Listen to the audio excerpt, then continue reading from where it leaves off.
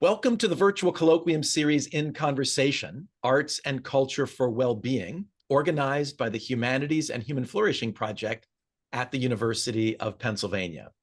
My name is James Pawelski, and I am Professor of Practice and Director of Education in the Positive Psychology Center at Penn, and the founding director of the Humanities and Human Flourishing Project.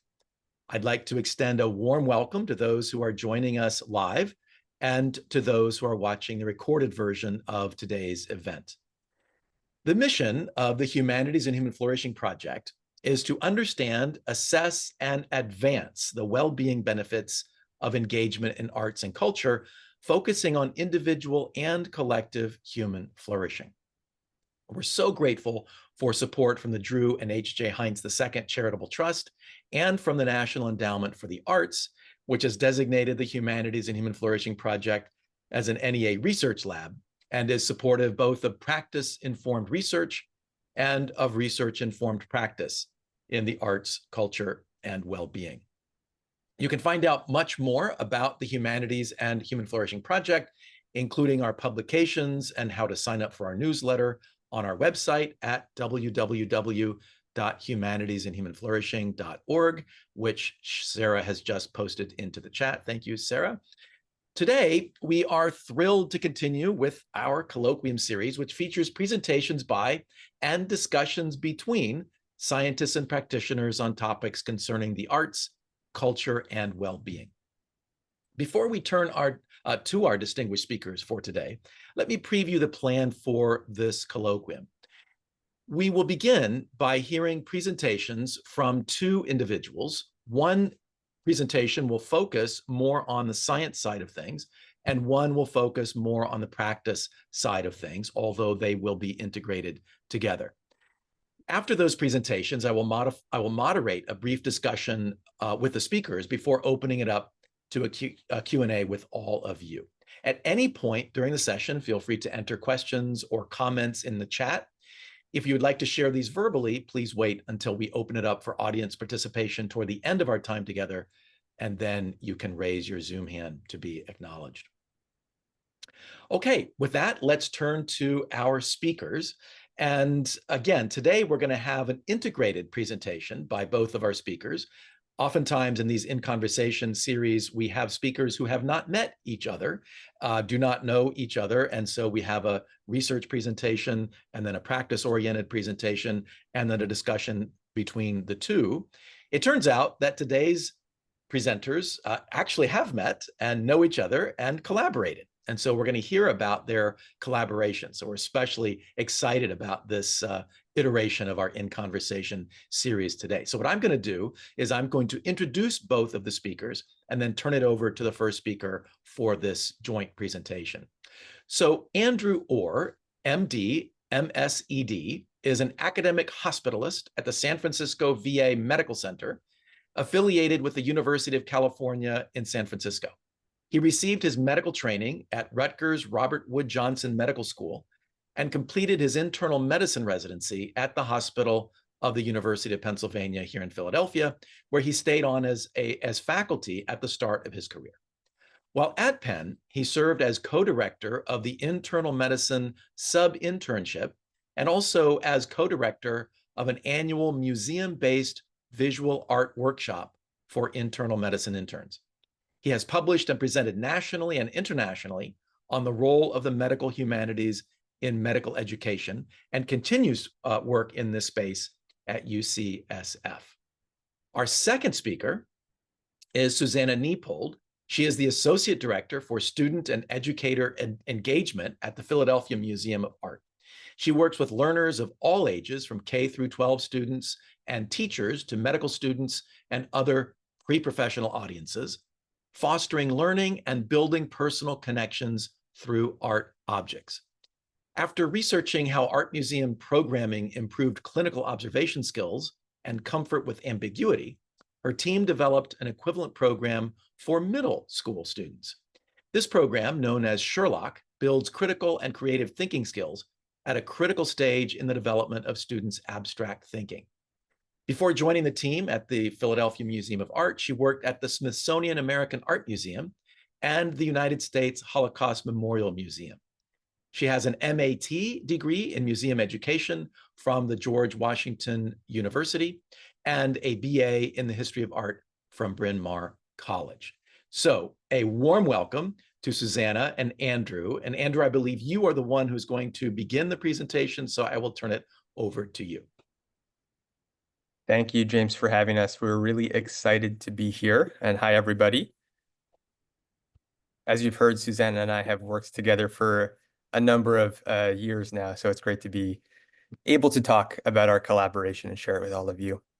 So as you can see, we'll be discussing museum-based visual art initiatives for medical trainees, talking about our collaboration, some of the implications of that. And then we'd like to give you a broader overview of what the landscape of arts and humanities-based initiatives in medical education specifically looks like now and what the implications for clinical practice are from that. So you heard our backstories. Suzannah is entirely legitimate in this space, but I have to admit that I often feel like a bit of an imposter here. I've referred to myself as a humanities light educational researcher in the sense that my background really is in medicine and medical education-based research.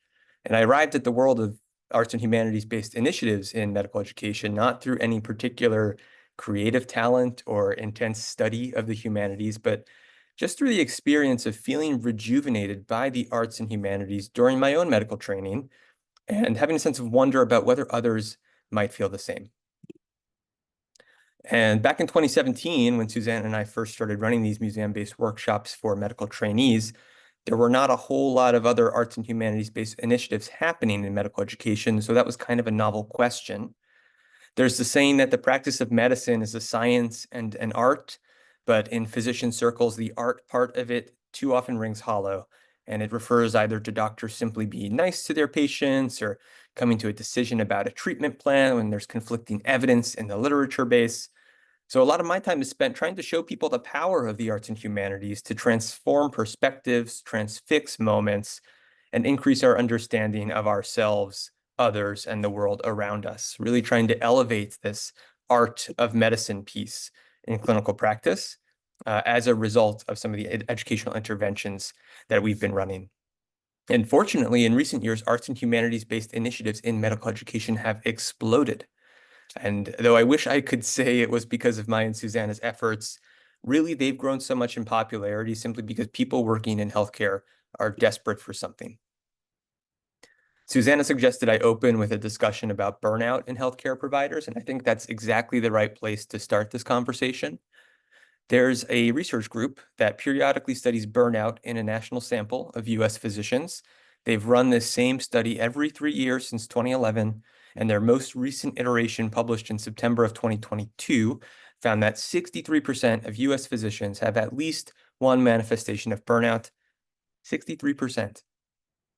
They also found that scores for emotional exhaustion and depersonalization, two of the three components that make up burnout, increased by 40 and 60% respectively, both of those scores representing the highest on record ever.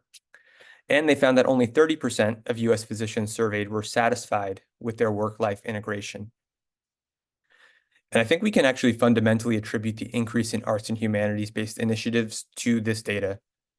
I would contend that many of those who are designing arts and humanities-based interventions are ultimately looking for some way to help medical students and medical residents in training prepare for an environment of clinical practice that leads nearly 2/3 of providers towards burning out.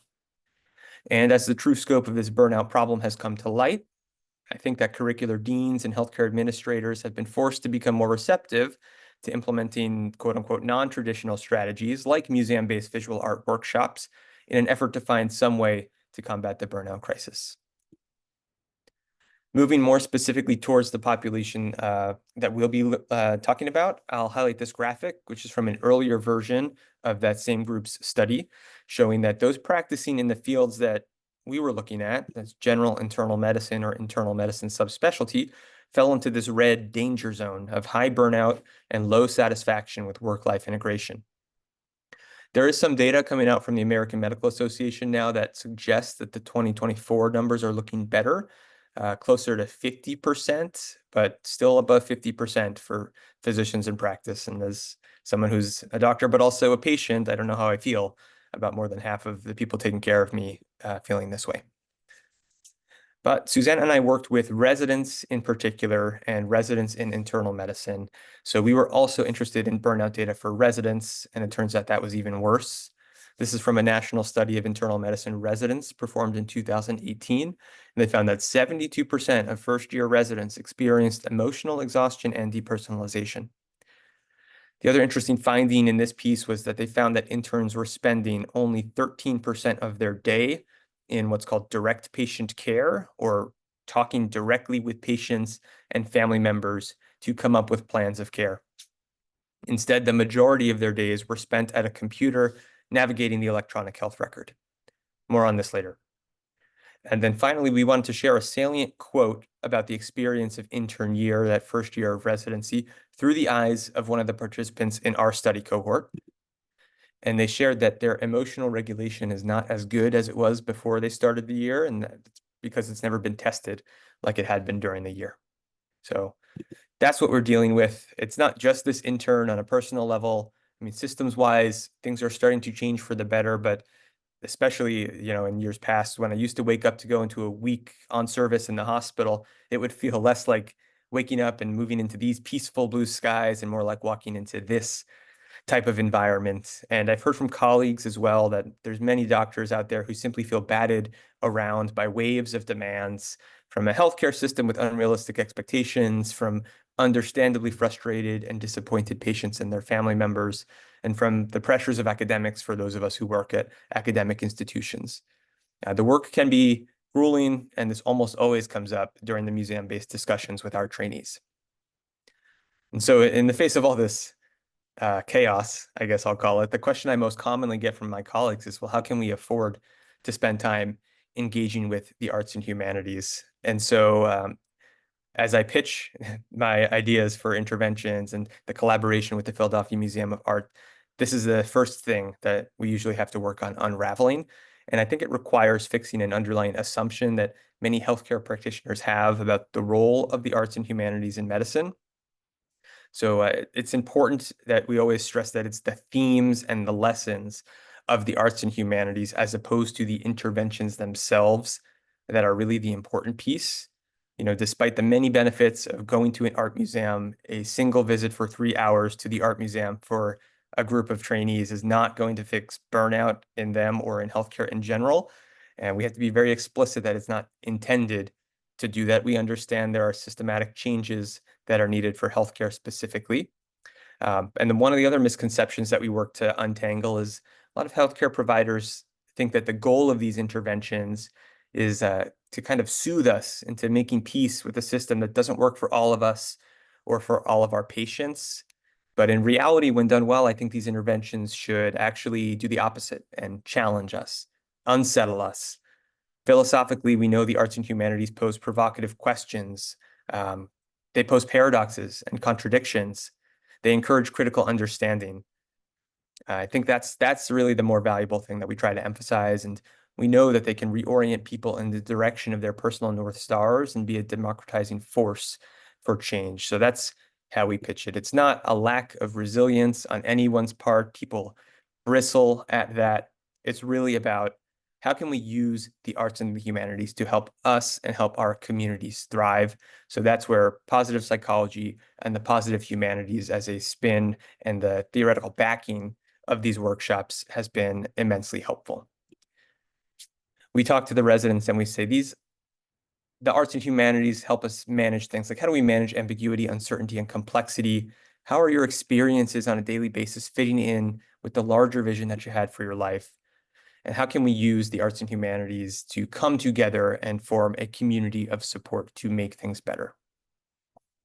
And so with all this in mind, my usual response to people who ask, how can we afford to spend time with the arts and humanities, is how can we afford not to, with all of those benefits? So that's setting the stage. And with that as the background, I want to turn things over to Suzannah now to talk about what we designed specifically. Thank you so much, Andrew. Let's switch to my screen. As Andrew said, I'm here to talk through kind of the practical implications of this. What did we actually do in our intervention at the Art Museum. When Andrew came to us in 2017, we came together to design a program called Fostering Resilience Through Art in Medical Education, which conveniently the acronym becomes FRAME. And we worked through several iterations of this program. So we actually called the latest iteration Reframe so that we could publish the results and show the sort of development of the program over time. And I'm going to take you through Reframe today so you can see practically how we organize things at the Art Museum. The program itself is currently a 3-hour workshop, which is about as much time as we can get with this audience, right? As Andrew talked about, time is one of the main challenges for this audience. I had experience since 2014 working with first-year medical students and even fourth-year medical students, and they can come to the museum 7 times over the course of a semester. We could not get the internal medicine residents for nearly that much time. So in 3 hours, what could we accomplish? Because of that, we included a 1-year membership to the museum so that they could come back on their own time whenever they could schedule it. Because some of the feedback we got is that more than anything we actually did at the Art Museum, simply taking them out of the clinical setting and into a space where there's no life or death situations and they could slow down and look at one thing for a while was much of the benefit of the program. And although we started with Andrew's internal medicine residents, what we developed ended up being useful for a number of other specialties, including the very high stress ones in those red zones, like folks who work on pulmonary fellowships or in the NICU with infants. So our program objectives ended up mapping out into 3 key areas. It's a 3-act play, with each act building on itself to create the right environment for the kind of final reflection. So we start by slowing down, practicing reflective thinking strategies. We build up to some communication skills development, understanding that people have different communication styles, and that creates the right environment so that we can all take a moment together and take the space to reflect on challenging clinical experiences. And before I get into those in detail, I want to talk about research that has really been an underpinning of this program. You may have seen some of this before, but when I was at a medical humanities meetup in New York, I saw these 2 statistics combined for the first time, and they really had a huge impact on the way we do things at the Art Museum. So this is actually an actively participatory part of this presentation. I want you to look at these 2 questions and answer them in the chat. So the first question is, what is the average time a visitor spends with a work of art? There have been a number of studies on this, and some of them include the time it takes to read the label, but I just want you to think about the time that people look at a work of art. And then what is the average time it takes a doctor to interrupt a patient describing their symptoms? Think about, is one higher than the other? Are they about the same? Is one lower than the other? I see a lot of people try to put both in one answer, one after the other, so that I can see how you might compare these 2 stats. Okay. This is fascinating because I see a range everywhere from 3 seconds to 3 minutes for the first question. Ooh, 27 to 40. Oh, a complete opposite here. 8 seconds for the first and 30 seconds for the second. I'm going to give just another few seconds in case other people have thoughts. I love it when I ask younger students the first question, because often I'll have students say an hour, 2 hours, and I'm like, I wish this was the case. In terms of some research, and again, I know that there's divergence on this, and some research, these 2 answers are essentially the same. The time that most people use to scan a work of art and feel that they've understood it, and the time it takes for a doctor to let the patient control the interaction and describe their symptoms from their own point of view are roughly the same. And so when we bring medical professionals into the museum, one thing we want them to do is to slow down and to look beyond this 18 or 17 seconds. And so our first routine actually takes about 45 minutes. The first routine is called the elaboration game. It was originally developed by Project Zero, which is a kind of educational research wing at Harvard University that you might be familiar with. And it's part of their thinking routine toolbox, which I highly recommend if you are an education professional.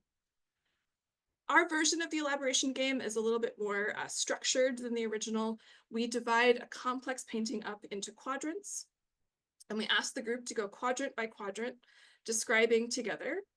And we institute the rule that there's no such thing as obvious, right? We want to describe everything we see in detail without worrying whether it is important to understanding the artwork or not.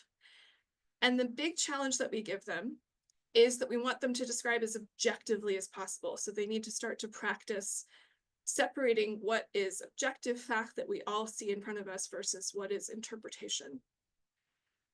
By going quadrant by quadrant, it disrupts that human tendency to look for 17 seconds and kind of anchor to the first idea of what you think is going on in the artwork.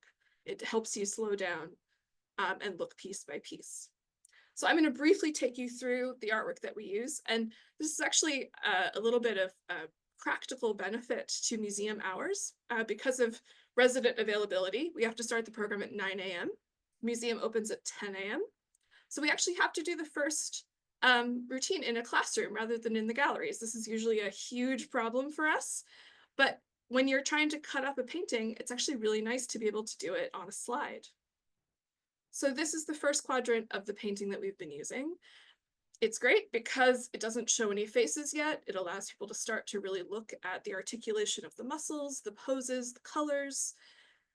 People might start to notice the difference in skin tone. They might really notice in the poses, the articulation of the knees that might make them start thinking about some medical things, but they're not getting there yet.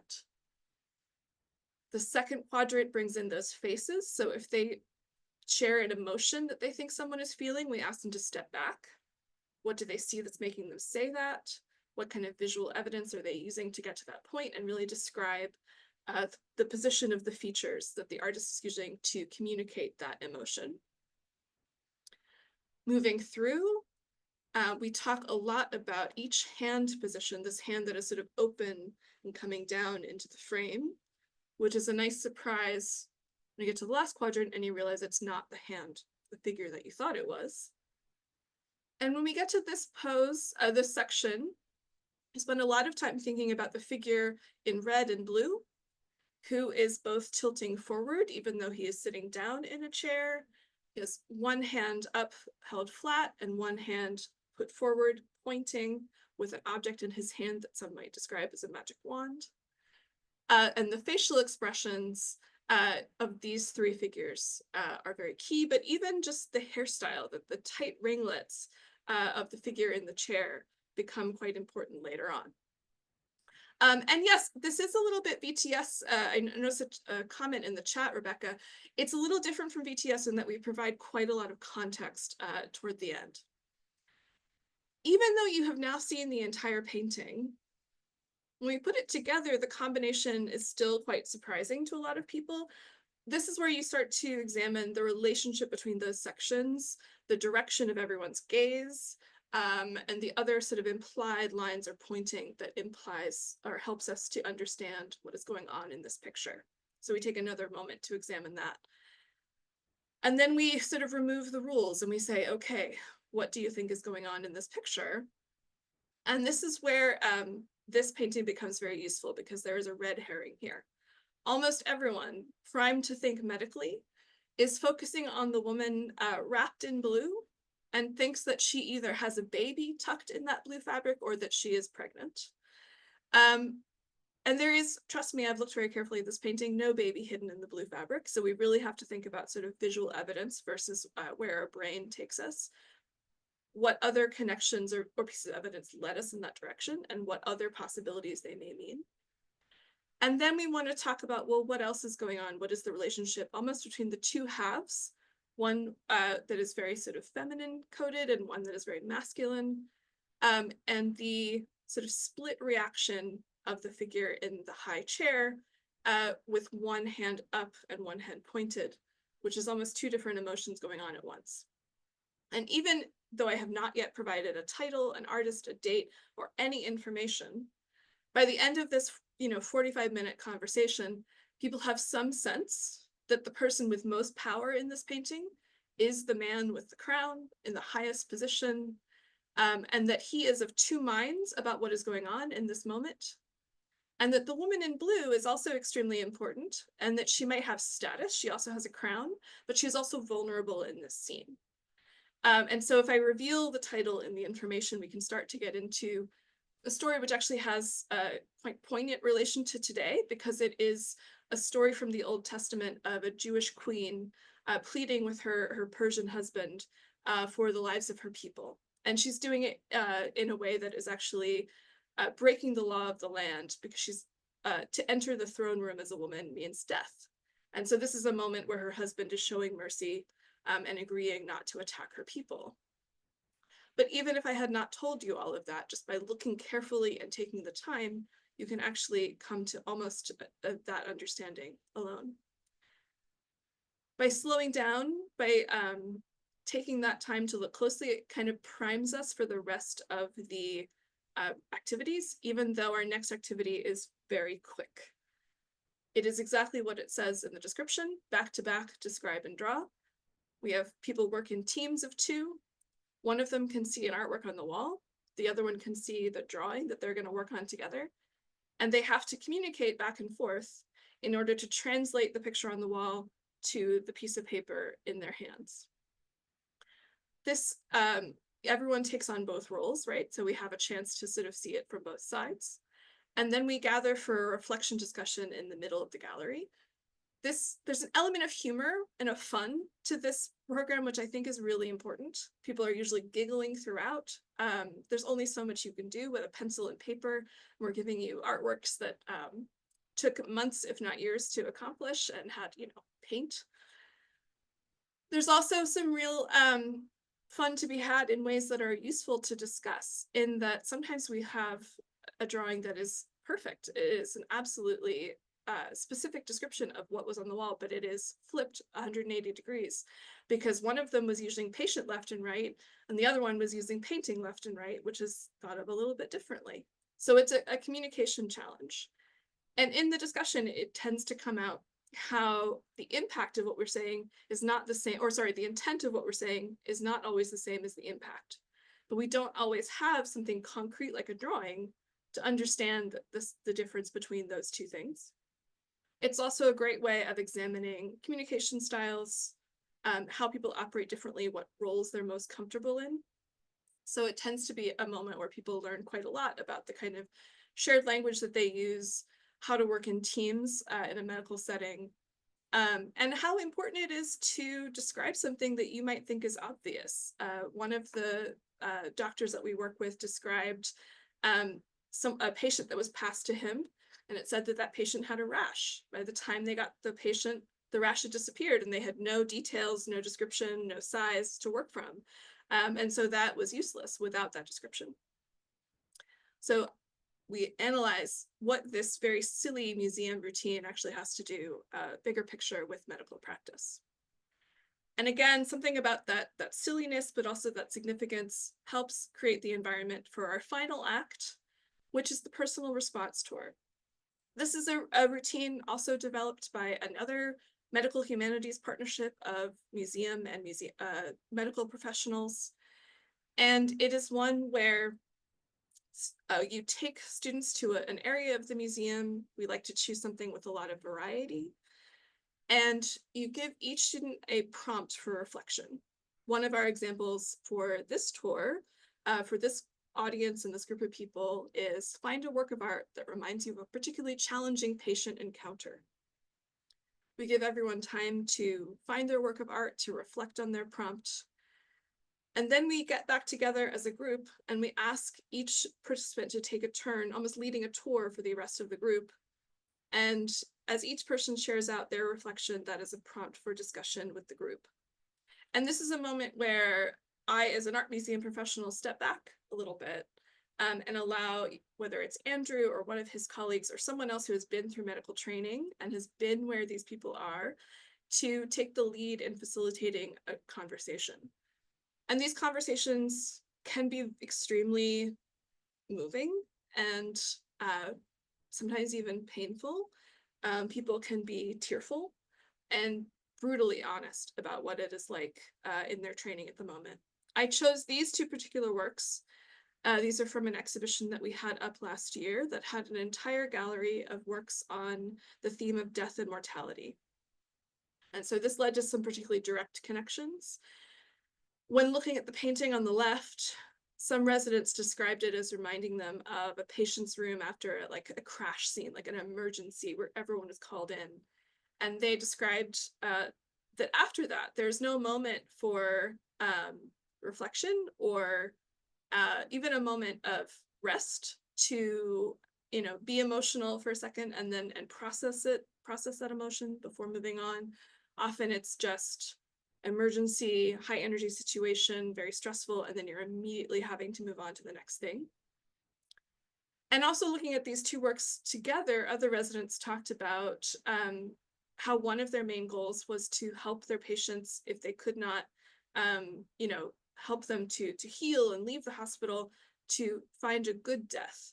The goal was not to keep them alive at all costs, even at their own detriment, but to help them find, if you look at the painting on the right, kind of this beautiful pathway to a new horizon. So a lot of them related very directly to that image.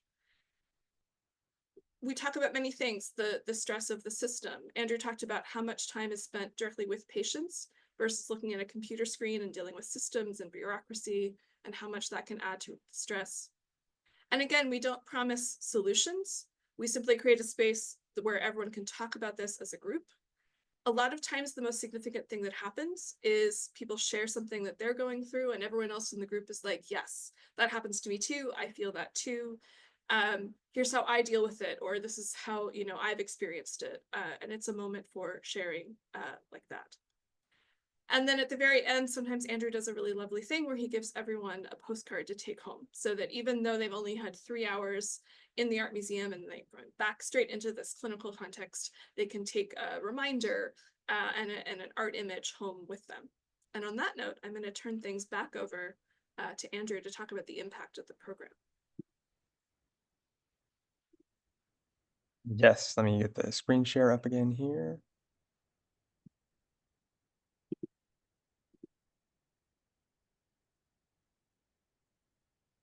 So despite all the tremendous work and thoughtfulness that Suzannah and her colleagues put into this museum-based workshop for the internal medicine residents in the first year, we really had no idea how it was going to be received, what comments we would hear about it. So we thought of that first trial as more of like a pilot study, a feasibility study.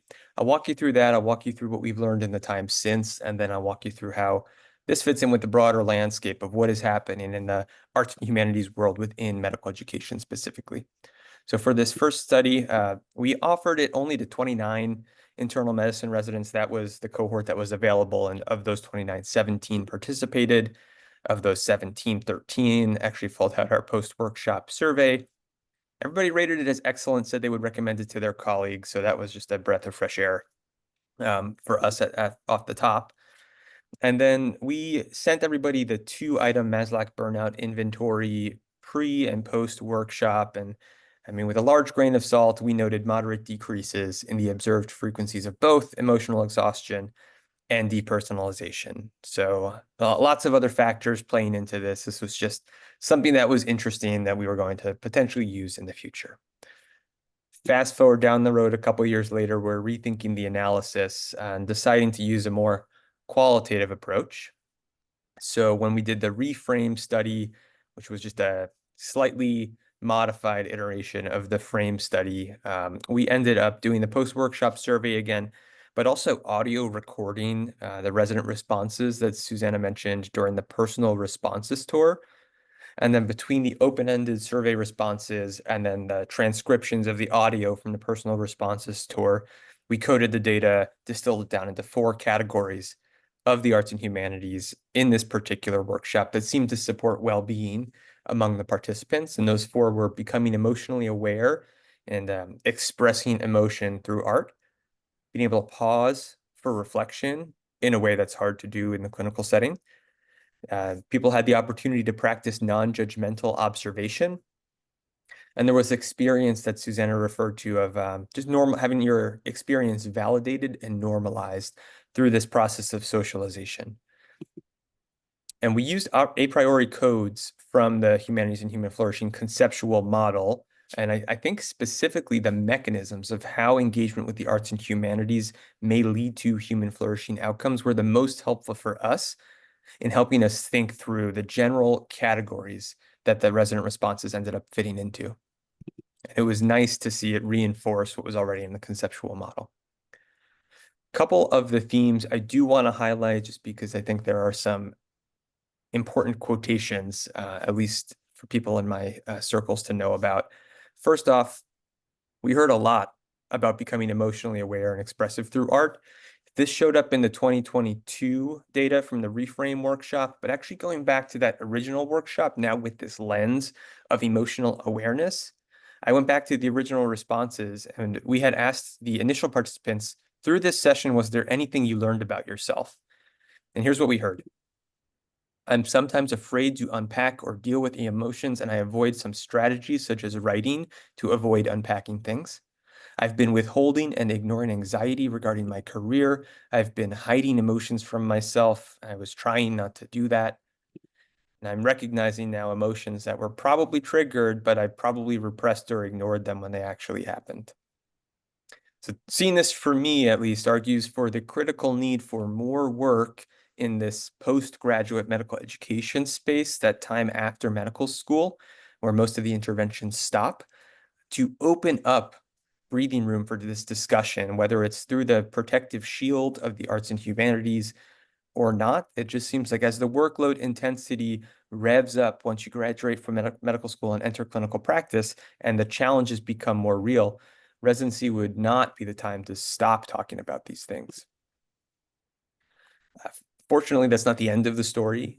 We also heard about how the experience at the art museum helped build them back up by making the residents realize that they're not alone. So again, now we're using the lens of normalizing experiences through socialization, again, applying it to the initial workshop data in response to the question, what's the most important thing you learned or will take away from this workshop? Colleagues are going through the same stuff that I am. Peers are experiencing the same feelings that I have. Hearing peers talk about similar experiences of the year is rewarding. Art helped us do that. And the beneficial catharsis of discussing artwork with my peers was new to me. The interns took solace in hearing that other interns were going through similar experiences and challenges. This initially came as a surprise to us, but in hindsight, it makes perfect sense. It's exceedingly hard to show vulnerability at work when you're trying to prove yourself as a new doctor.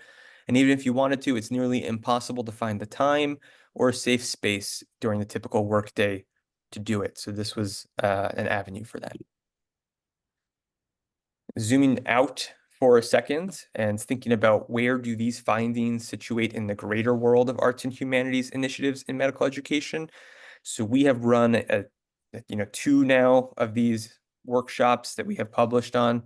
In the broader literature, there's a lot more than that. There's 769 publications from a scoping review of arts and humanities-based interventions in medical education in 2021. This is a very different number than it was 10 years ago, and it's really increased even further since then. And I have the breakdown here by the specific art intervention that was described among all those 769. So you can see a lot of ground has been covered, but there are still significant holes. The first being that only 17% of those interventions were in the graduate medical education space, where we are focusing with the residents. Like Suzannah said, there's just more time in medical school curricula to incorporate arts and humanities initiatives. It's harder to find that time in the graduate medical education world.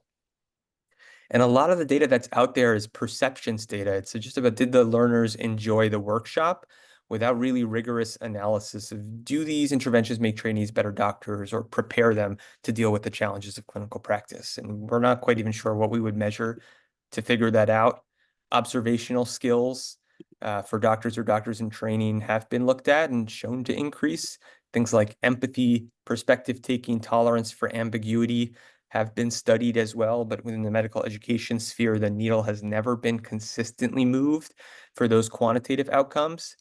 People are starting to look at measures of well-being, that 2-item Maslach burnout inventory, the PERMA model, the Flourish index, these quite they haven't quite caught on yet in medical education, though, but they're potential metrics for the future. There was one study that tried to consolidate all of the findings from all of the quantitative or mixed methods, arts and humanities-based initiative studies within medical education. The long and short of it is, at the end of the day, after all of their analysis, they couldn't really make heads or tails because the findings were so disparate and the interventions were so disparate. So, for example, when they tried to look at, okay, what's the effect of writing interventions in medical education? They found interventions that described activities including journaling, reflective writing, poems, essays, writing in response to a painting, interactive reflective weblog writing. There was just too much variety in the design and the outcomes to really say anything conclusive.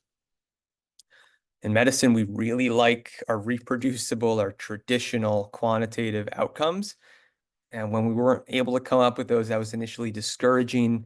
But one author had this really powerful argument, I think, by saying that actually trying to assess the powers of the medical humanities through traditional quantitative outcomes is kind of like assessing the abilities of a fish only by looking at how it performs on dry land. Maybe we're just not using the right lens to figure out what are the actual effects of the arts and humanities for medical trainees.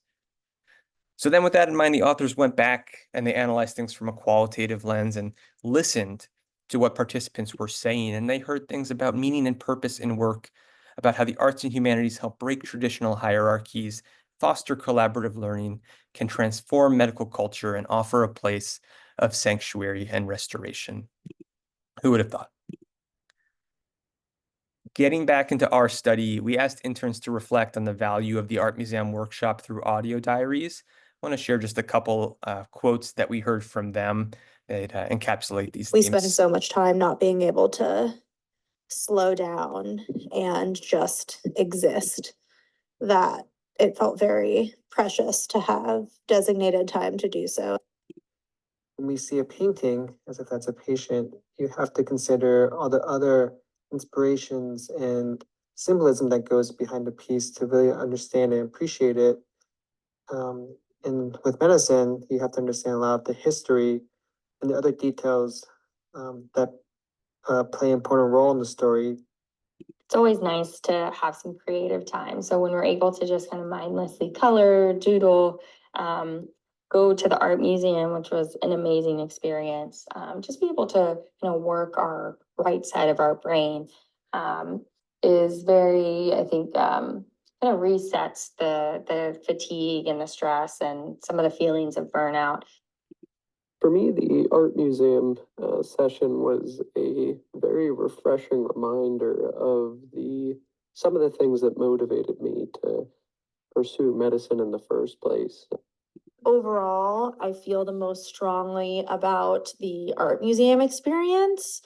I think that in itself was just sort of the most concrete encapsulation of like the true positives that come from using a different part of your brain, both in terms of how it can really be almost like relaxing and meditative, but also really inspiring as ways to think about lessons of medicine through just a different lens.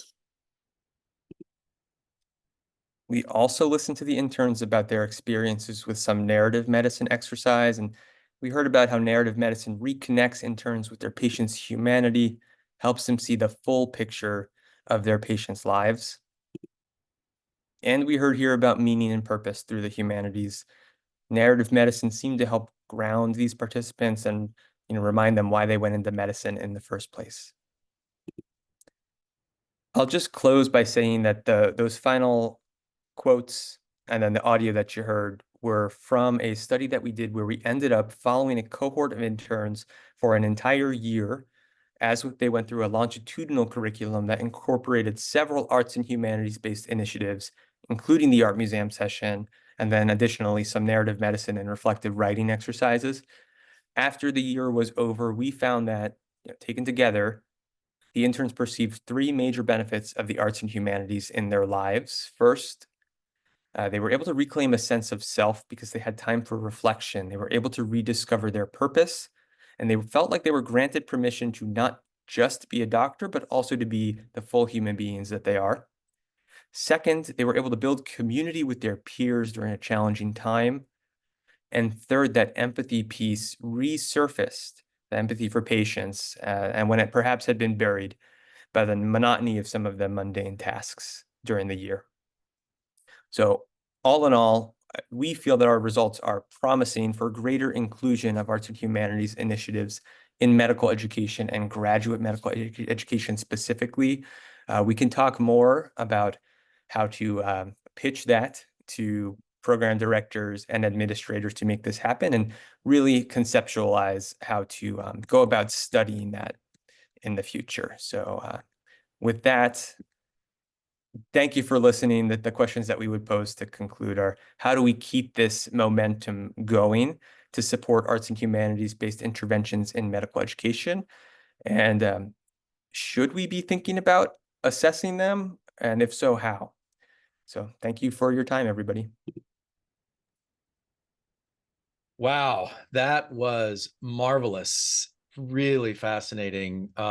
Thank you to both of you for that presentation. I think I want to begin kind of where you started us off, Andrew, at the beginning. And I was kind of chuckling to myself when you were talking about how to try to frame this in a way that because there's so much critique or so much maybe skepticism about it. And so, having been in the world of the humanities and human flourishing for a while, I recognize, I think, in you what I think is one of the most important skills that I have learned over my time, which is trying to make as small a target out of yourself as you possibly can. And I was impressed at how you addressed the critiques and kind of turned them on their head in a way. What I like to say to my students is that, positive psychology, the positive humanities, it's not an escape from reality. It's an escape to reality. And listening to the comments from the folks who've gone through your programs, it seems like this isn't just, as you say, taking them out of the storm for a while and giving them a bit of comfort, but rather it's taking them out of the storm and helping them to rethink what that storm is and what their role is and so forth. So I guess my question for you, Andrew, is, over the time that you've been involved in this work, you've mentioned that there are more and more there's more and more work being done in this field. Do you feel like the skepticism, the critical approach is beginning to break a little bit? Is there more support for what you're doing, or is it still kind of hard going to get people to take this work seriously? Yes.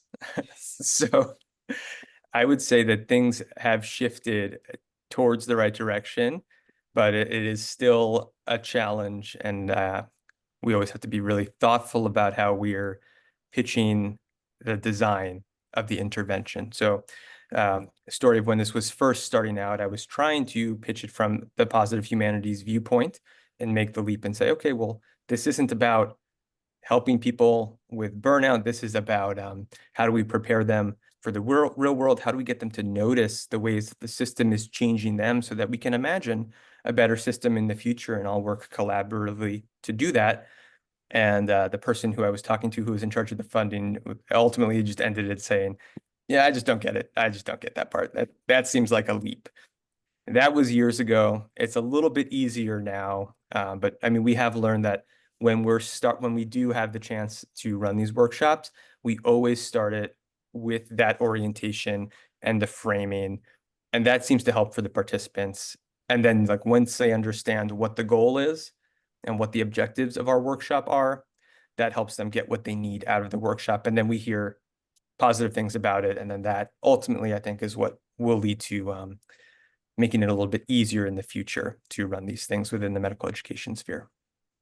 Yeah, it makes total sense. Suzannah, I want to involve you in the conversation now, picking up on this theme of kind of, I guess, what is present and what isn't, or how we formulate for ourselves and for participants what's going on. I was really intrigued that you mentioned Project Zero at Harvard, which was started by Howard Gardner, who is famous for frames of mind and the idea of multiple intelligences, and that in our educational system today, we tend to select for numeracy and literacy. And that, of course, in terms of medical students, you got to excel in both of those domains, especially the numeracy, probably. But that we have multiple intelligences. So there's more to human beings than just being able to manage numbers and letters.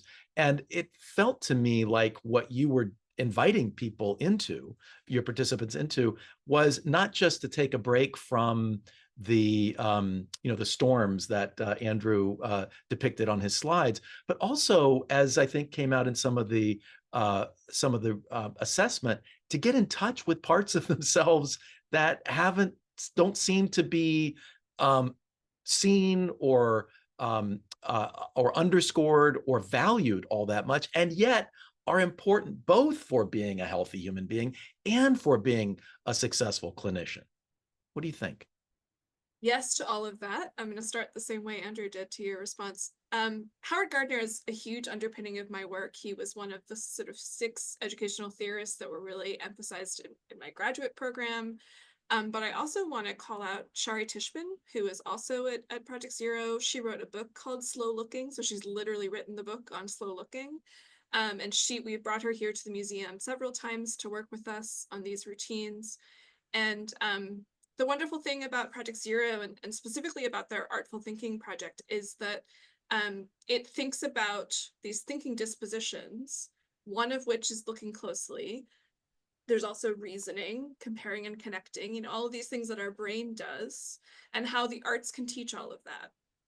And then they can apply to, as you say, to numeracy and to literacy, and but also to making personal connections and to realizing that the Art Museum can really help us figure out who we are and who we are in our society and what those things mean to us.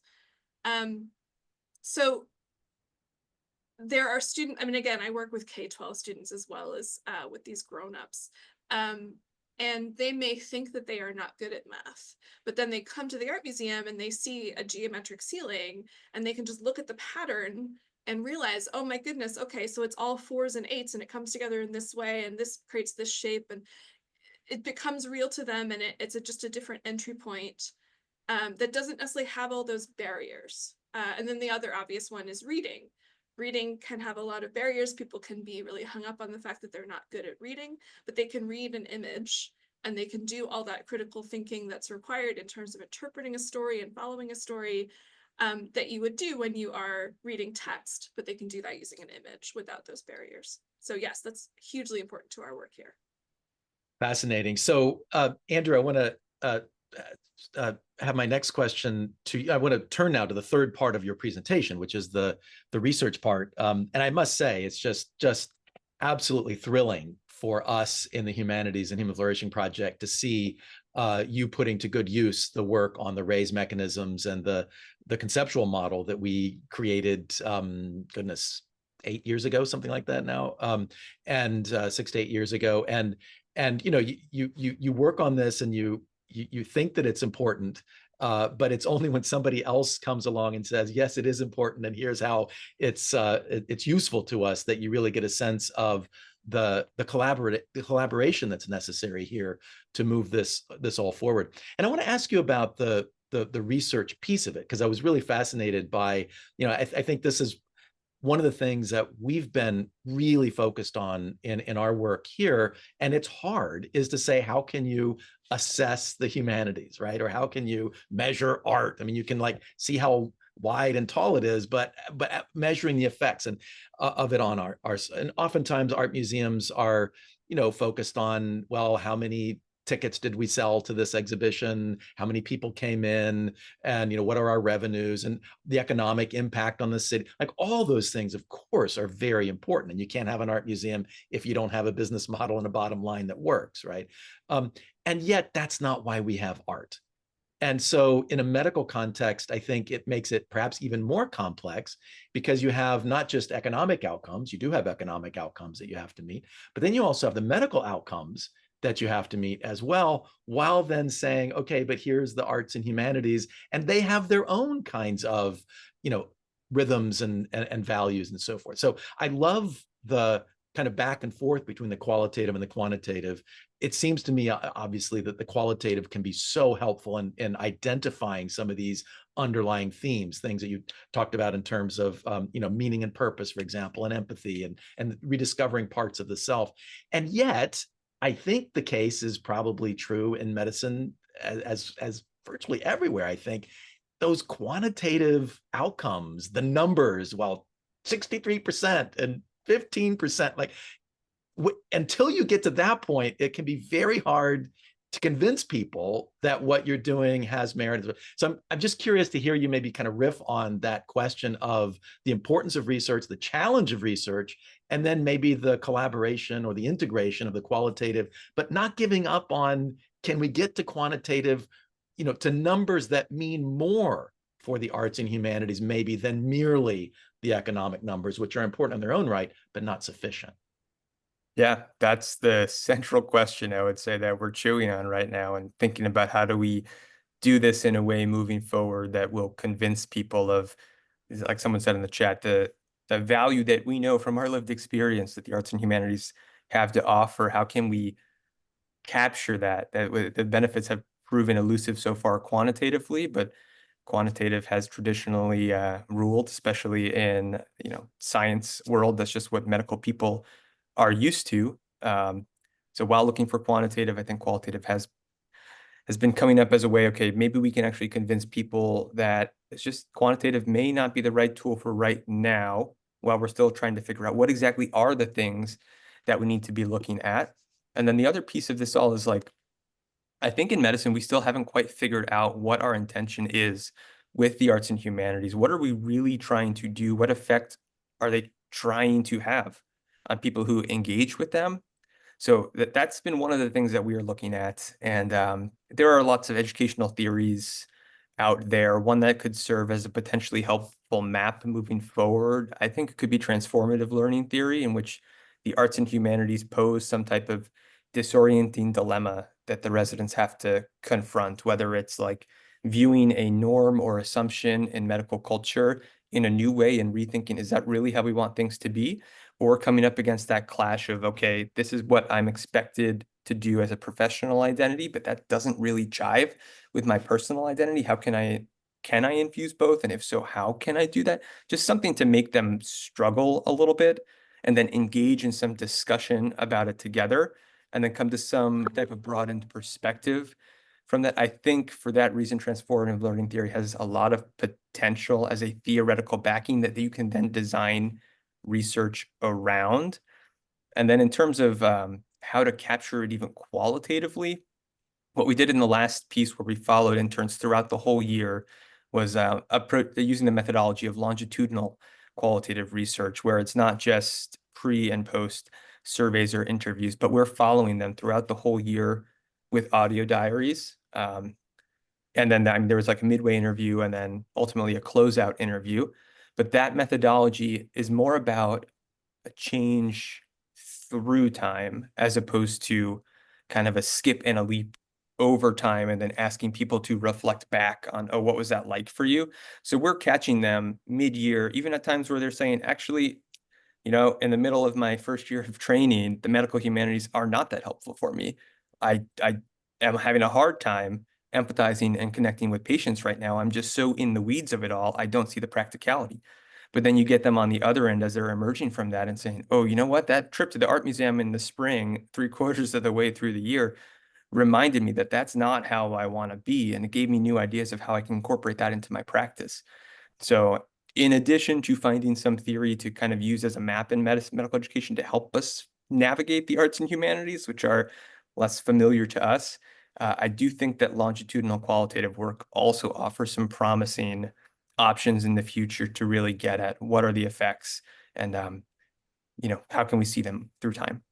Mm-hmm.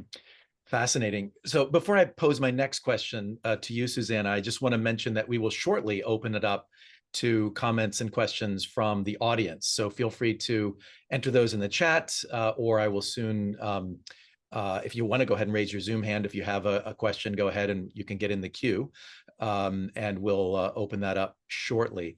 Suzannah, I want to ask you what may be the most difficult question of the day. I don't know, so just be prepared. I know it's not fair, but I think you, perhaps more than anyone else on the call, certainly more than I, have a front row seat, or as part of your job, your life work is to consider the various ways in which the arts and the humanities can be approached or can be experienced or can be used, right? So obviously your location in an art museum, typically, traditionally, art museums have come at this question from the standpoint of art history, right? And so you look at the labels on the artworks or next to the artworks and you see art historical information, perhaps also information about, materials used and all that kind of stuff, right?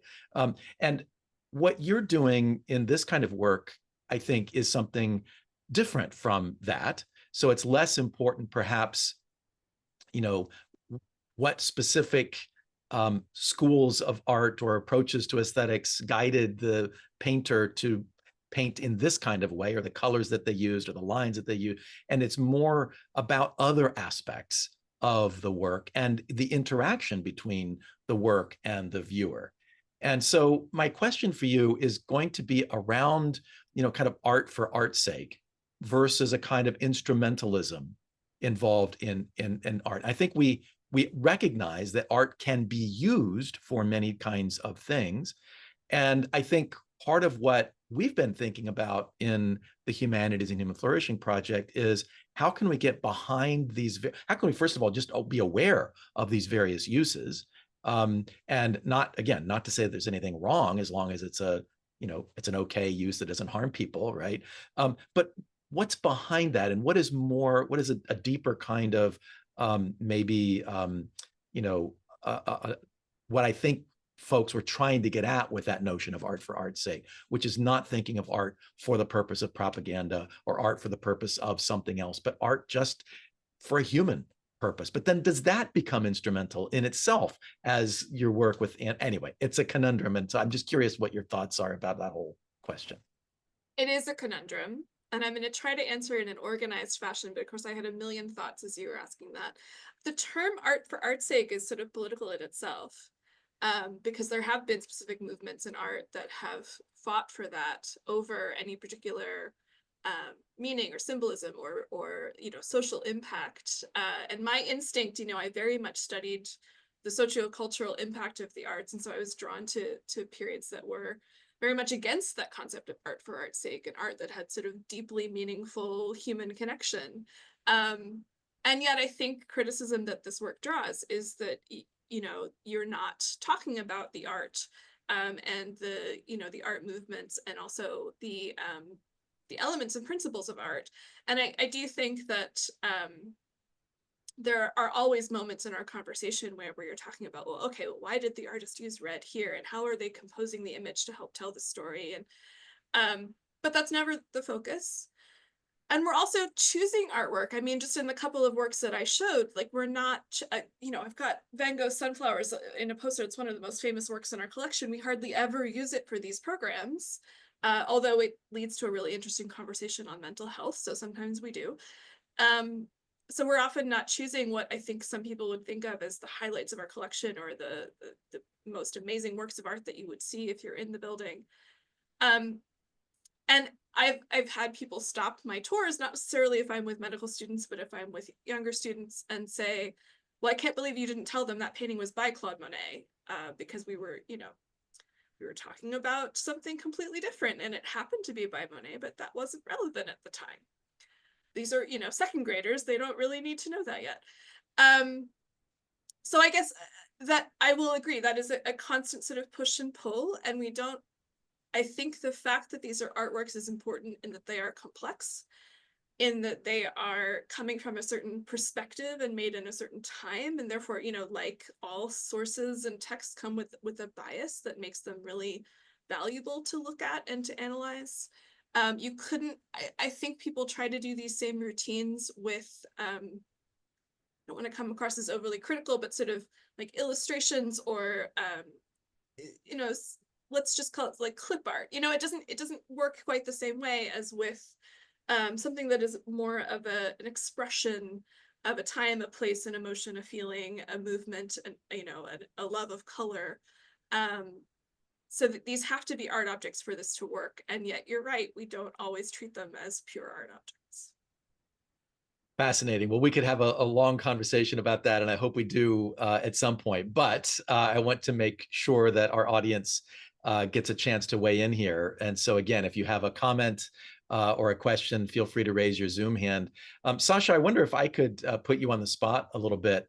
Sasha Gdalova, I see you have a very nice comment already in the chat, connecting with your own research in art museums and what is happening, or the discussion that we've been having. And I just wonder if you would mind unmuting and just kind of sharing some of your thoughts with us at this point.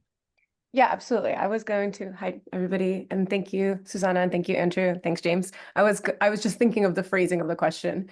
But yeah, kind of what I said in the comment, thinking about the design of the program. So 3 to 4 hours,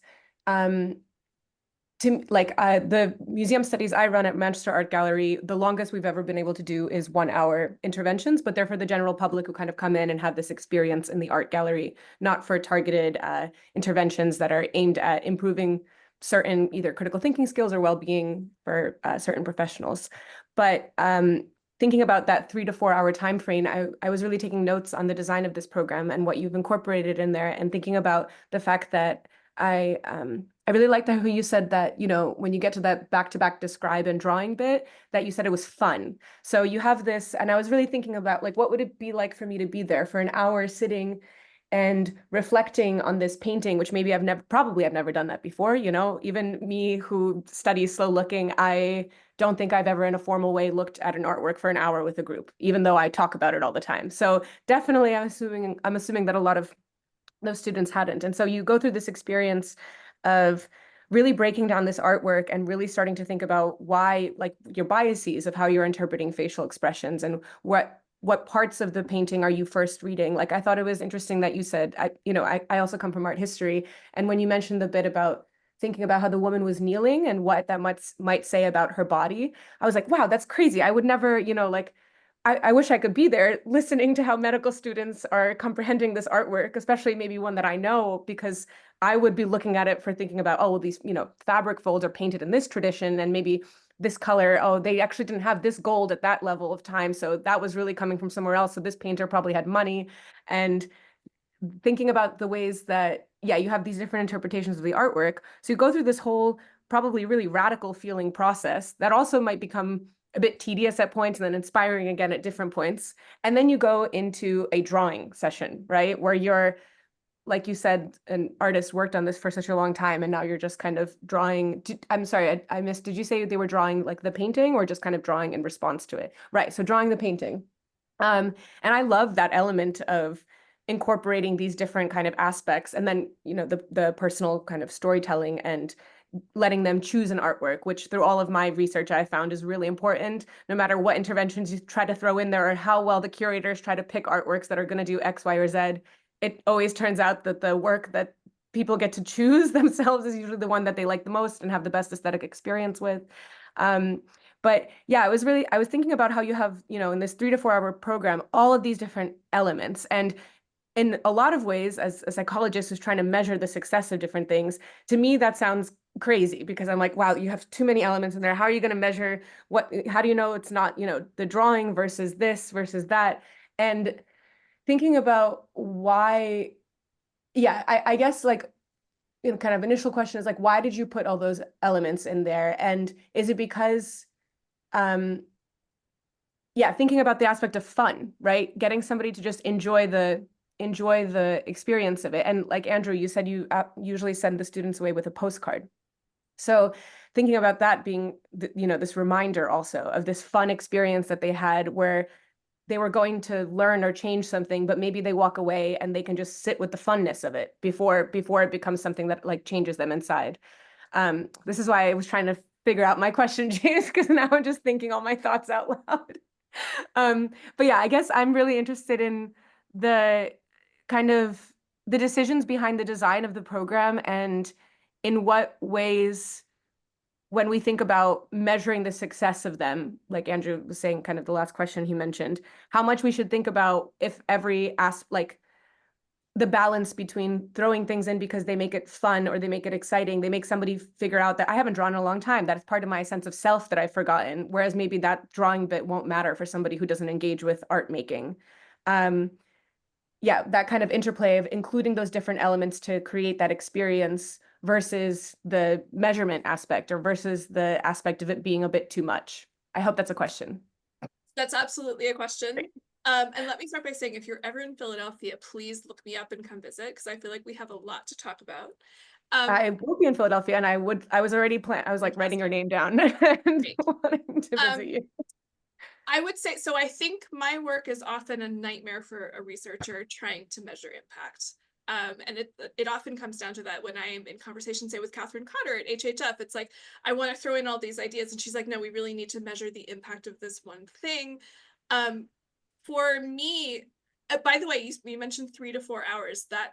Those were times we were playing with. And I would say that 3 hours is the sweet spot. That 4 hours, I think, even with a break in the middle, just always seemed a little bit too long. When I have 3 hours to play with, everything that I was sort of designing was leading up to that final experience. If we didn't have a moment to do slow looking as kind of a warm up, to sort of literally just prepare the eyes and the brain, I don't think it would work. And if we didn't have that moment of fun and a different, we start off as a whole group, and then we do pairs, and then we're back to a whole group, and then it's individual, and then it's small groups. If we didn't have that kind of interplay, I don't know if either socially, in terms of sort of the intimacy that we're aiming for at the end, or mentally, we would be able to achieve where we get to. It might be something interesting, I think, to play with now that we have been partnering with folks in internal medicine for so long. Could they, without an art museum educator who's new to the group, could they bring the group into the museum and just do that last piece on its own and really study that without the sort of observational element? That might be kind of interesting to play with.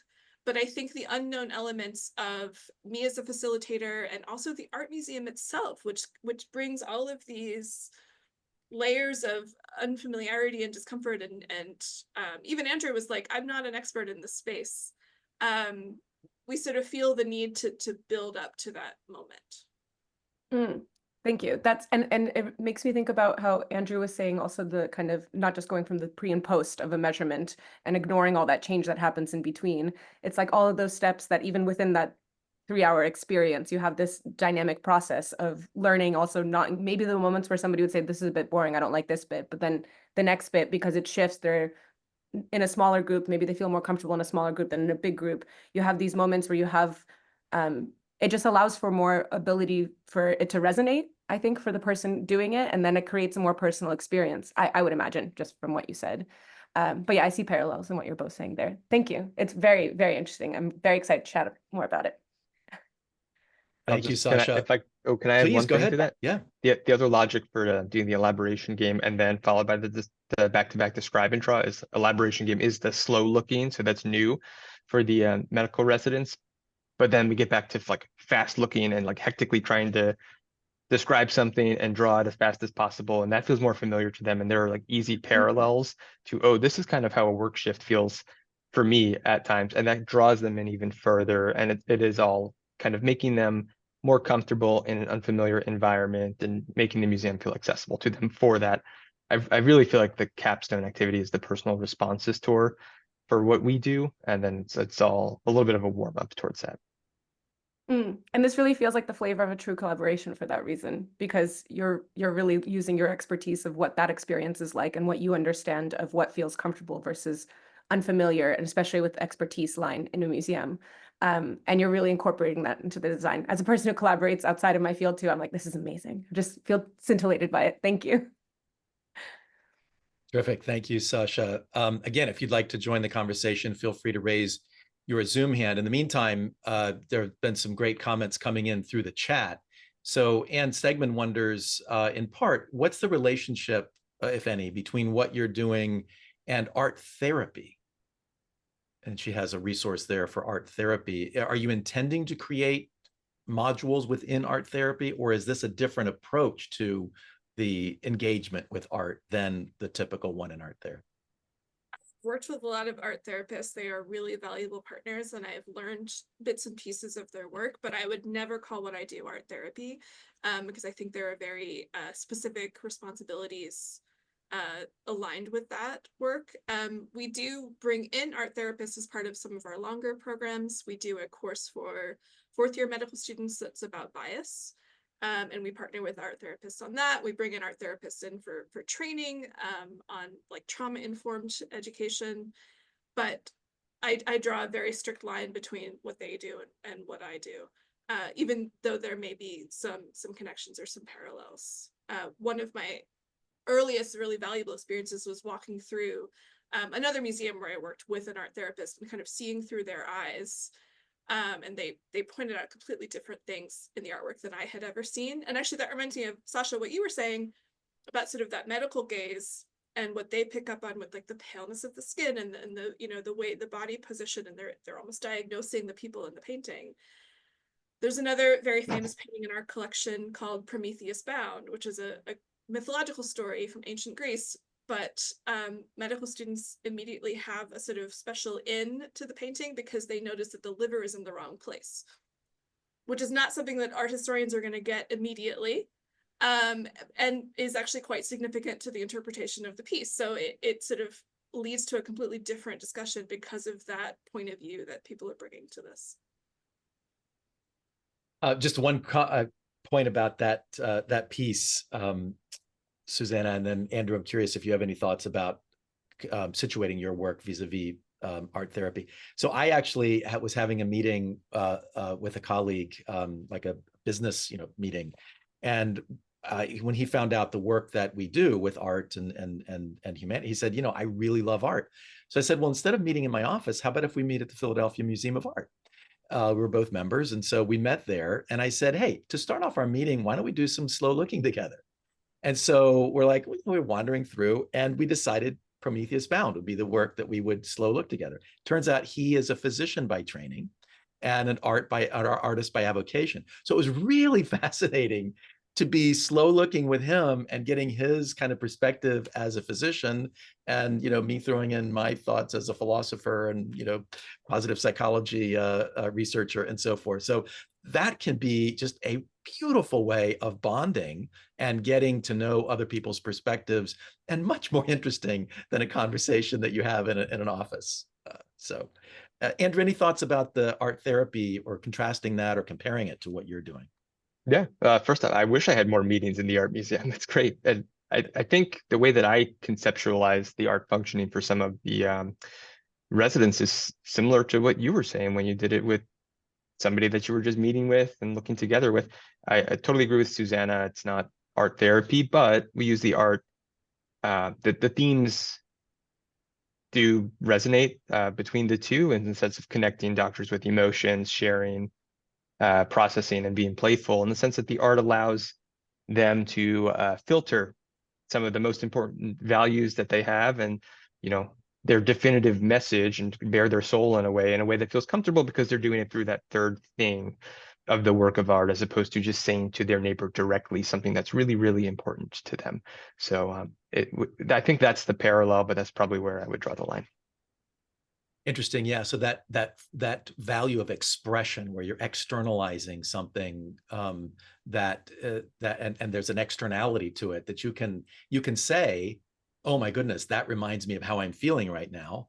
Or you can say, oh, that person seems to be stressed, right? And you can decide how close or not that you come to it. Whereas I think in art therapy, of course, you can still make those decisions, but it's specifically designed, for clinical contexts, and it has a layer of psychological or psychiatric kind of goals and training that's necessary for that. So Annette Monnier raises a very interesting question that I think is one we should talk about.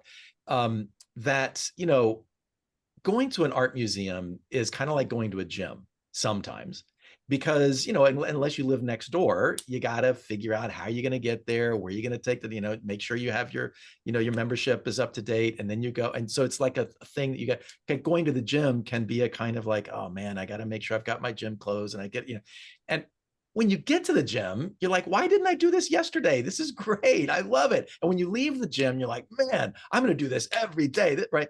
And so with the art museum, I think what you guys are doing is, in a sense, you're providing an external route to them. Kind of, you're helping with their motivation because you're providing this kind of pathway for them.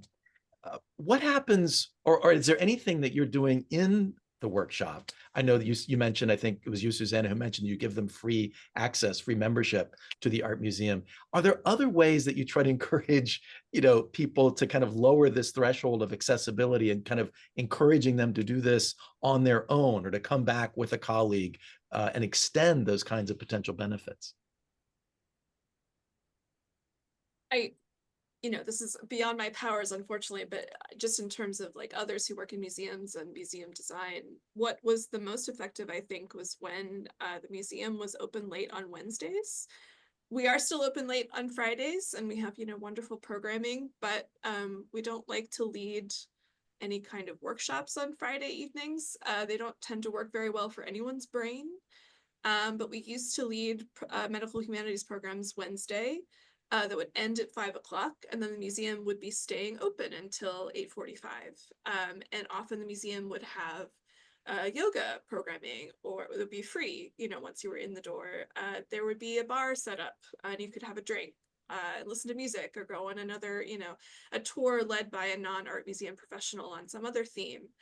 And so we found that our students would often stay for that other programming. And so it encouraged them, I think, to see the art museum as something that was a place for them to relax as well as to learn. I think some people think of museums in general as places that you visit once and you sort of learn from them and then you never come back again.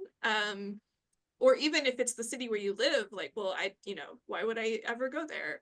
And so programming like that within a museum, I think, can really help people switch up their sense of what a museum is and what is there for them.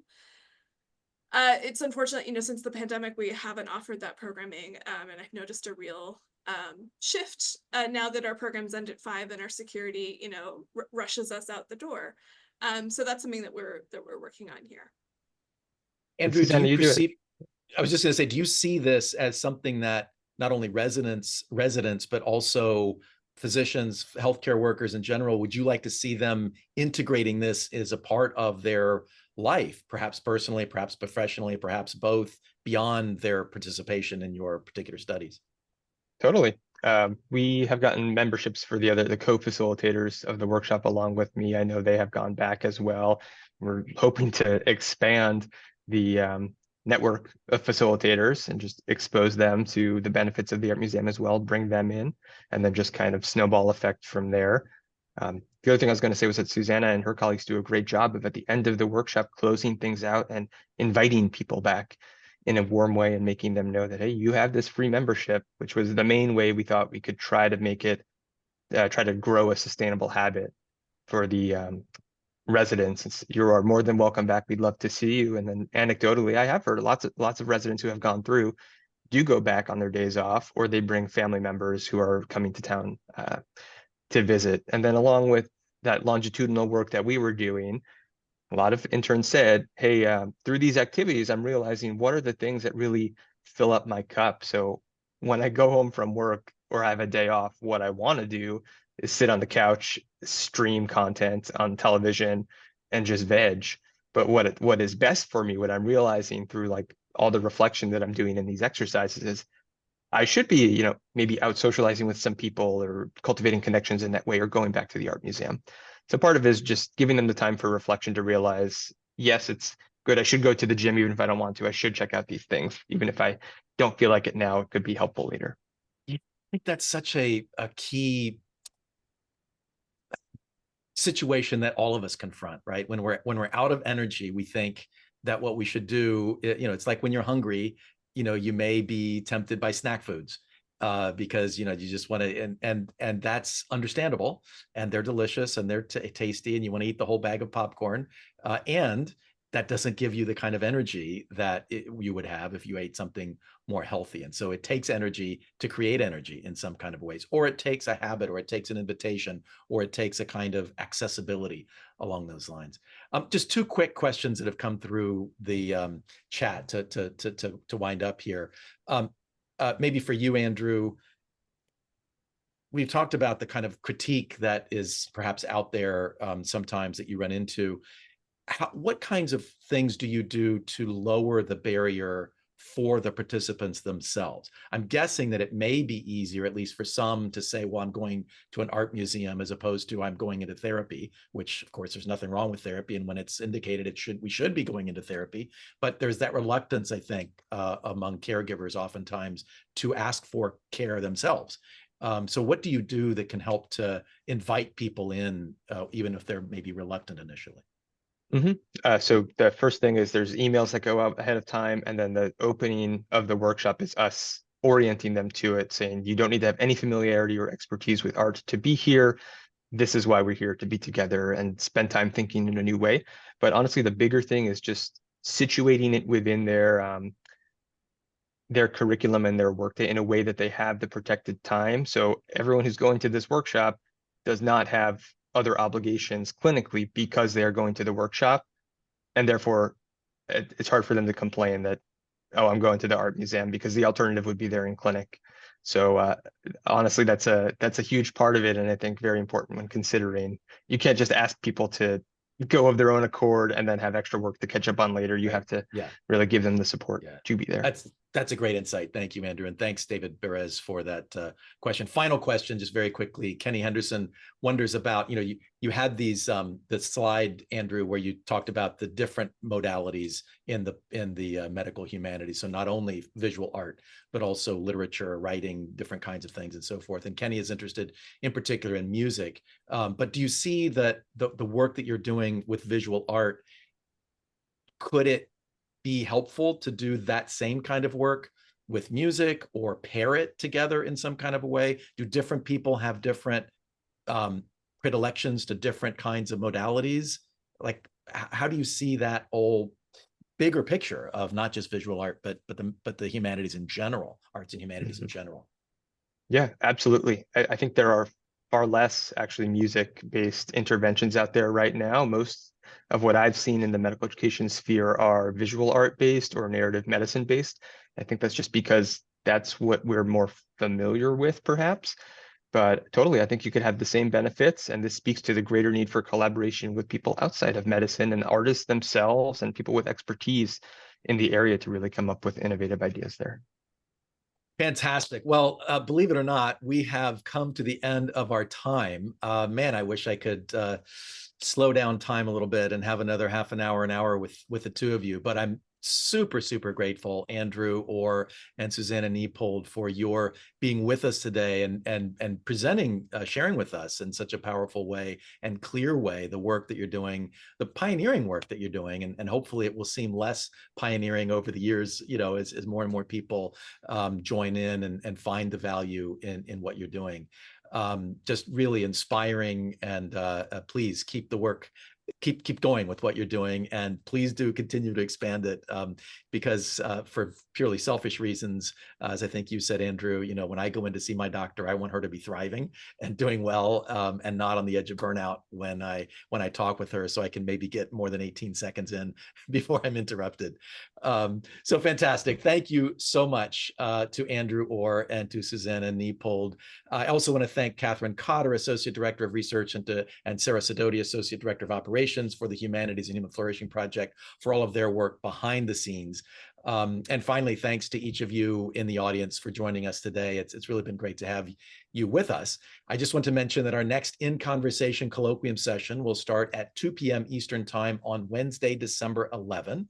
And we'll feature Dr. Roxana Filipowska, who is with Keen Independent Research and the Barnes Foundation here in Philadelphia, and Dr. Hannah Weinberg-Wolf, who will be talking with us about research she did at Yale University. For more information on this and other upcoming colloquium sessions, we invite you to sign up for our free newsletter, which you can do by visiting our website. Again, that's www.humanities-and-humanflourishing.org. So thanks again for joining us today, and we look forward to seeing you again soon. Thank you and be well.